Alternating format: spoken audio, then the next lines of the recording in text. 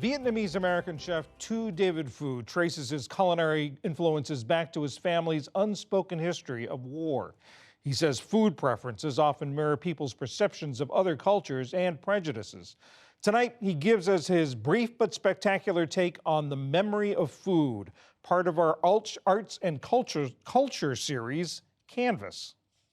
The physical sensation of eating something when it's delicious, it gives you like a physical, great emotional feeling. And I think I held on to that for most of my youth because I think I would say I had a difficult youth. And I kept on coming back to the kitchen, yearning that feeling. The kitchen space for me is a safe space.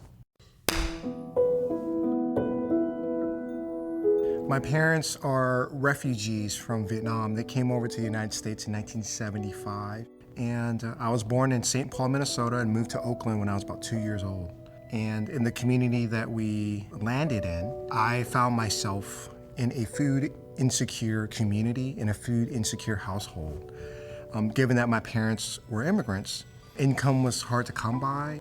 A meal on our tables in my youth was seldom seen. When I think of family meals that my mom cooked at home, I think of the bare chicken bone carcass that she got from the butcher shop because it was free. Credits to a lot of our mothers in their effort to innovate dishes, to create recipes to nourish their family, to make things delicious, because that's what love is.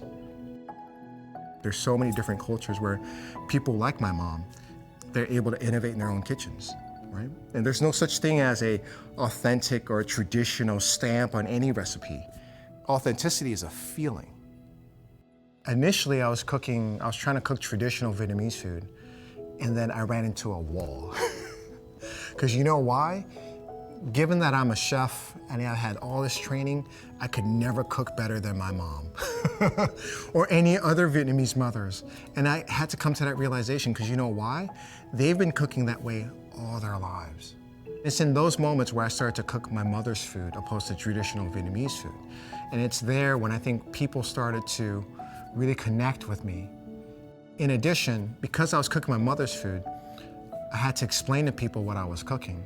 And it was through those stories and explaining, this is what I had when I was a kid, and we had this neighbor who was Korean, or my father's a fishmonger, he'd bring home lobster all the time.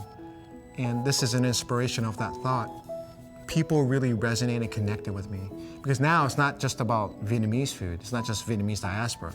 This food, these recipes are about family. And I think that just creates a bigger spectrum to kind of welcome people to the table. I'm not looking to connect with other people who look like me. Hopefully by telling a narrative and story through food, people will see and connect with me through a human experience, not an Asian American experience. My name is Tu David Phu, and this is my brief but spectacular take on the memory of taste.